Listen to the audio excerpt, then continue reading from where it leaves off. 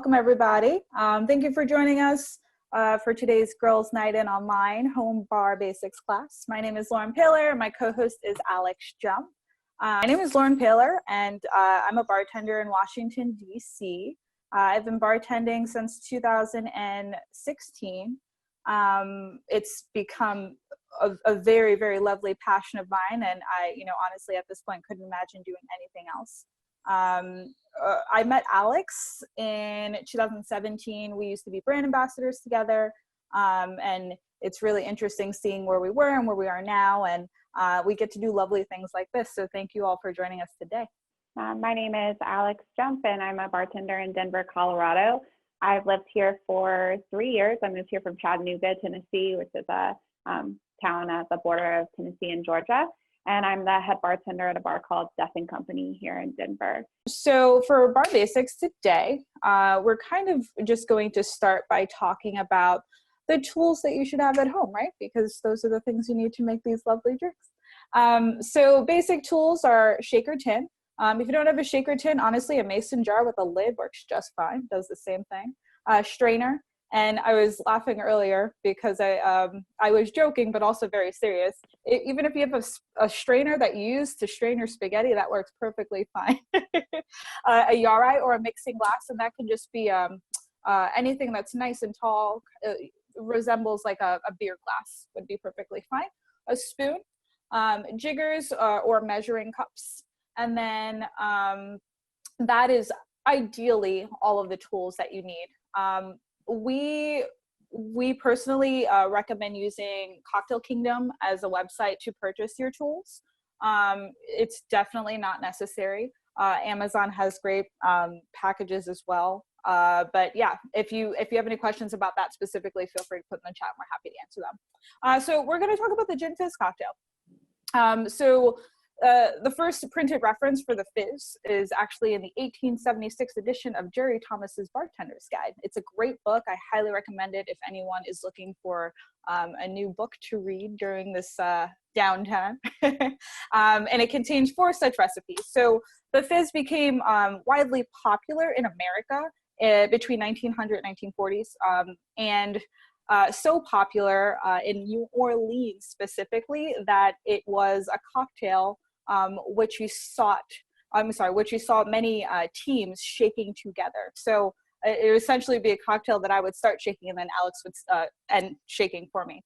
So for this cocktail, what we're going to utilize today is London dry gin. That's your Beefeater Tanqueray. Fresh lemon juice, which we highly recommend, just increases that quality of your beverage. Egg white, and you only need 1 per drink. Simple syrup, 1-to-1 ratio, which is equal parts water, equal parts sugar, and you mix that together until all of those nice sugar particles are diluted. And then club soda or seltzer and ice. So I'm gonna kick it back over to Alex, and she will talk about the cocktail.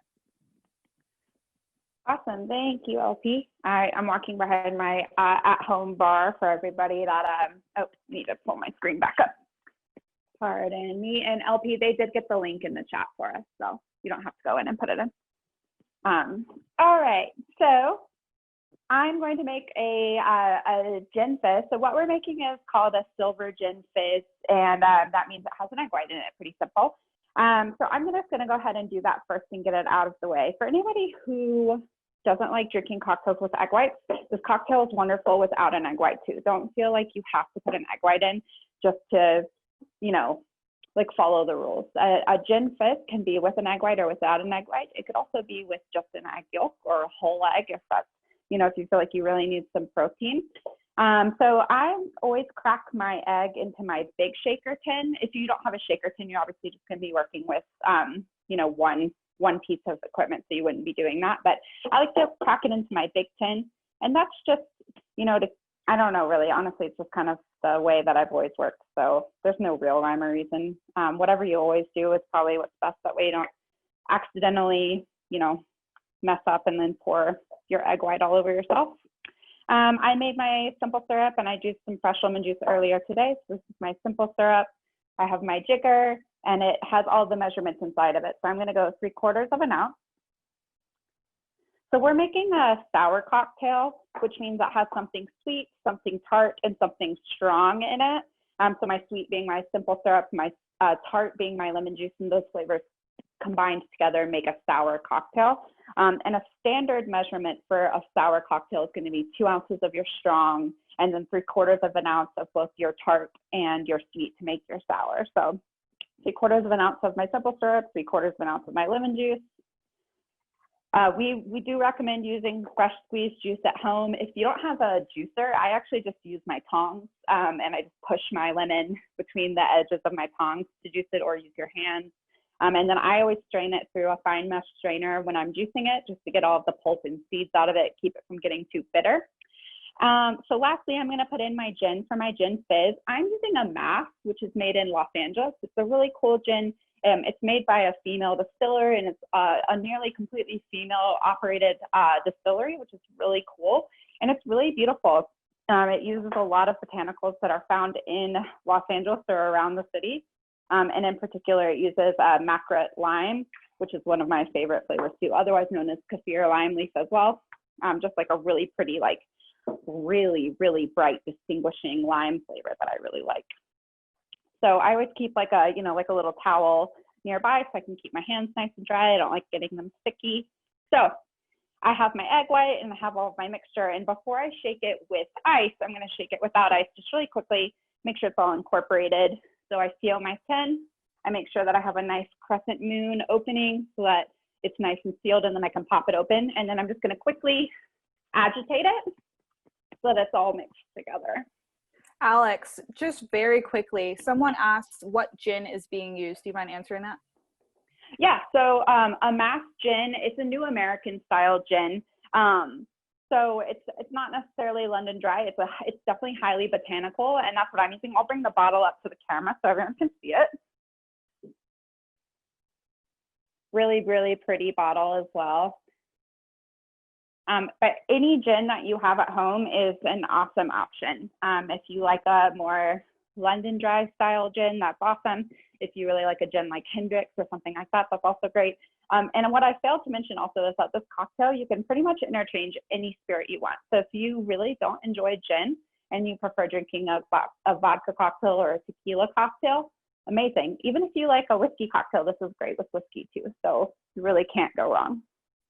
Also, to piggyback on that, Alex, I apologize. Somebody asked what spirits work really well with egg white and which not. I mean, I honestly can't really think of a single spirit that doesn't work well with egg white. As long as you're making a cocktail that is balanced and it still has a decent amount of sugar and citrus in it, you can really make a delicious cocktail from any spirit with egg white, be it like Amaro. There's some great Amaro-based cocktails that have egg white, apple brandy. I'm like looking at my liquor shelf trying to find a single thing that wouldn't be good with egg white, and I can't really think of anything. LP, did anything come to mind for you? No, I think you're on it.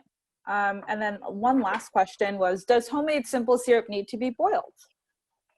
No, I normally mention this. I'm so glad somebody asked. No, it does not need to be boiled. So you don't need to boil the whole thing at least. You definitely want to get your water really hot. And what I do, I'm a little bit of a nerd and a bit of a perfectionist. So I actually weigh mine on a gram scale. I have like a scale that I make my coffee on in the morning. And I weigh mine out to make sure it's the perfect grams. So I get, 150 grams of white sugar, and then I bring my water to boil in my kettle on the stove. And then I put my container, I make it in a mason jar like this one. So I have my sugar, I'll bring my water to a boil, and it'll be sitting on my scale, and I'll just measure in 150 grams of boiling water, put on my cap, and just shake it until the sugar dissolves. You could also microwave it. Microwave safe container, sugar and water, and just microwave it for 30 seconds, give it a stir. If it's not fully incorporated, microwave it again.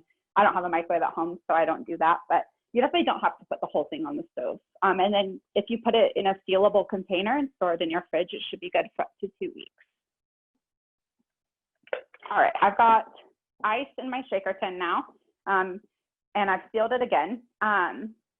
Just as long as you're shaking with this really nice kind of crescent moon, so there's just a seal at one end, and then you're making sure you're looking at the crescent moon, and it's not kind of pointed down towards your chest, you shouldn't have much of a fear of it popping open on you, which I know kind of makes a lot of people nervous. And then before I shake my cocktail, I'm going to make sure my glass is ready to go. So I have a nice, pretty Collins glass. It's actually technically a little too big for a fizz, which is served not on ice.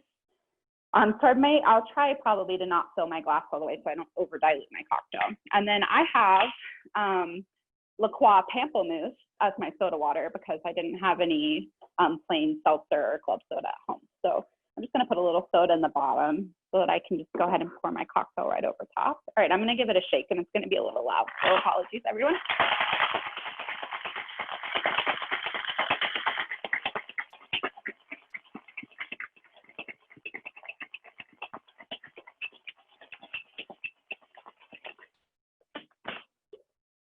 And then that pretty little crescent moon shape that you had made with your seal, when you pop it open, you just want to make sure you hit that open space, and your tin should pop open really easily without being kind of unruly or wild. Like Lauren said, I have a strainer for my shaker tin. I have a Hawthorne strainer and then my fine mesh, and that's just to catch any ice chips that might fall into my drink and continue to dilute it because I don't want that to happen. All right, give it a quick strain. I'm actually very excited about this grapefruit flavored Gin Fizz. I think it's going to be very good. All right, I'm gonna bring it back around so that y'all can see it so I'm not so far away. So here we have a Gin Fizz. I left a little bit of room up top just because my glass is really large and I didn't want to over dilute it. Alex, so somebody was asking about the flavor of seltzer or club soda. Do you want to touch on that a little bit?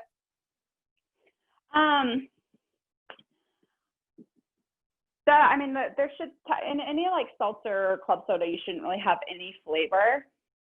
I can't speak with 100% authority on this. From what I understand, there is a difference in like the levels of saline in seltzer versus club soda. But honestly, it shouldn't really have much of a flavor at all, unless you're using like Pamplemousse La Croix, like I just did for this delicious Gin Fizz.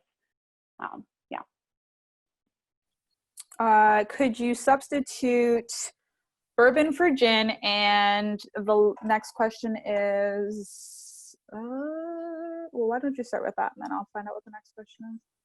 Yes, absolutely. You can definitely substitute bourbon for gin in this cocktail.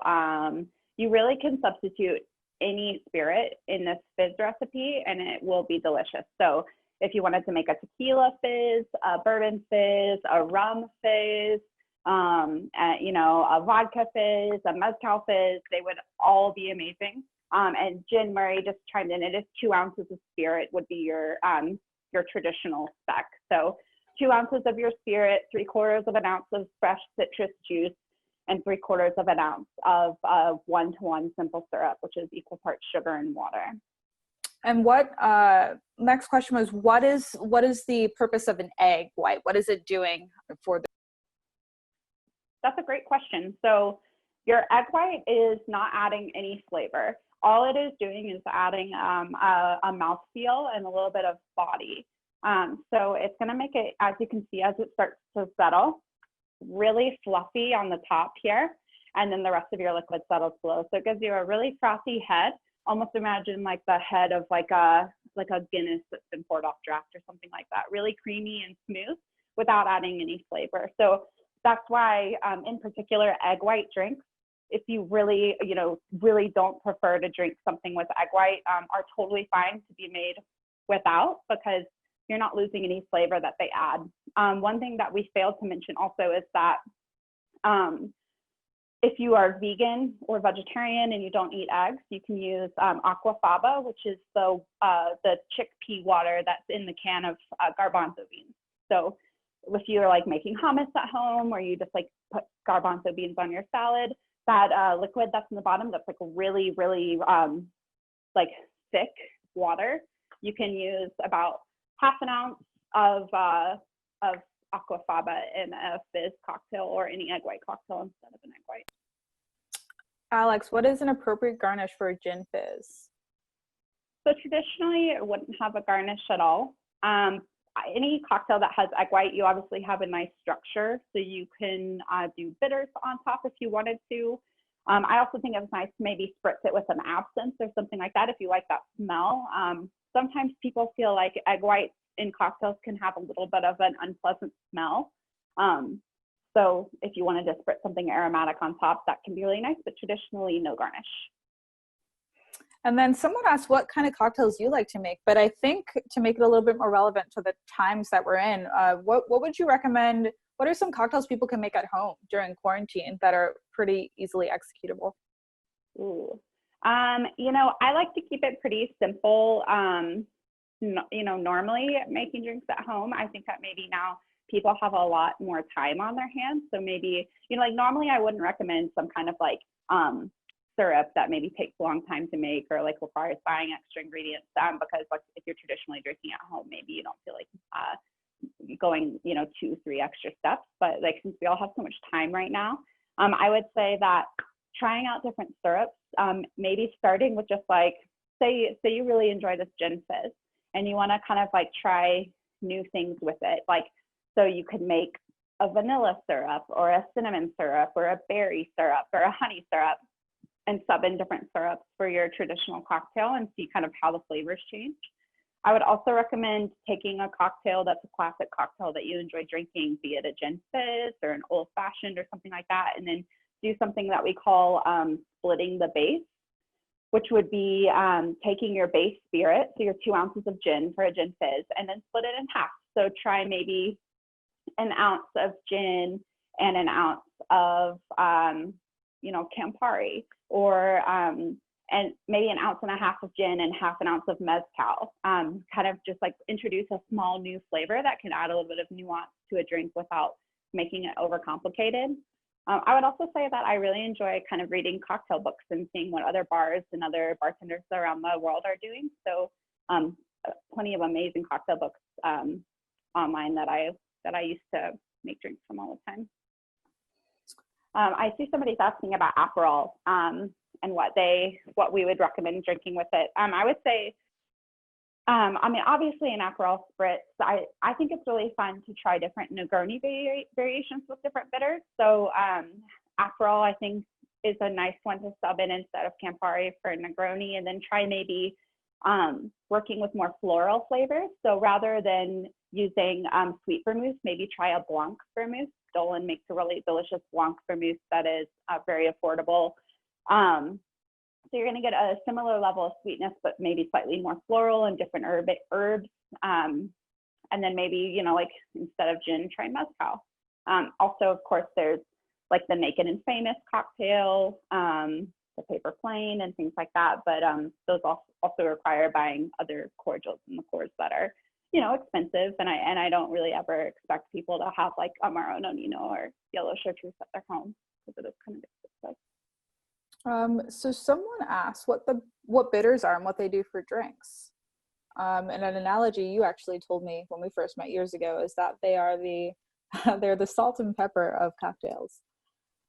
Yeah, they are. So bitters are considered non-potable. So they are alcoholic, but that's why you see like at the grocery store, next to like the coconut cream and everything, you'll see Angostura bitters because they're not really considered something that you would drink on their own. They're incredibly flavorful things that you only need a pinch or a drop to make the flavor carry through a cocktail. So that's why we would consider them like the salt and pepper of beverages. So they're used in traditional things like old fashions. A whiskey sour would have like a dash of bitters. I would say our go-to bitters would definitely be Angostura bitters, orange bitters, and then really kind of like whatever flavors you like. If you have ever had a Vieux Carré or a Sazerac, then you'll want to have Peychaud bitters at home as well.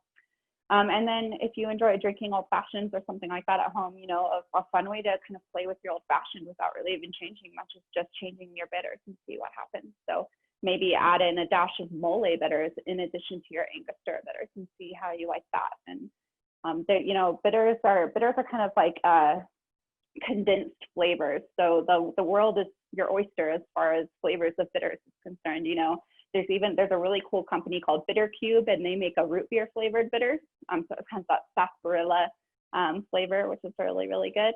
You can really kind of find whatever flavor you like. Somebody asked how you infuse simple syrups. You know, it depends on what kind of flavor you're wanting to make, and you know what you're working with basically. So sometimes it's a lot simpler than you really would think that it would need to be. So like if you're gonna make vanilla syrup, for instance, really all you need to add is just a very small amount of vanilla extract to simple syrup, and then you would have a really, really nice vanilla syrup that is very reminiscent of that flavor that you're looking for. I don't do a lot of like infusing like overnight, just like putting, like for instance, if you're gonna make like a strawberry syrup, just cutting up strawberries and putting them in simple syrup and leaving them in your fridge overnight. Maybe it won't get as delicious of a flavor or as strong of a flavor as you want. So you know, it just really depends. I recommend looking into some of like cocktail books or some websites for specific recipes and kind of seeing what you like. Yeah, you know, it just really depends on what the flavor is. So we have two questions left. One of them is, how do you make a cocktail balanced? If you ever thought that math would be relevant, it is very relevant now.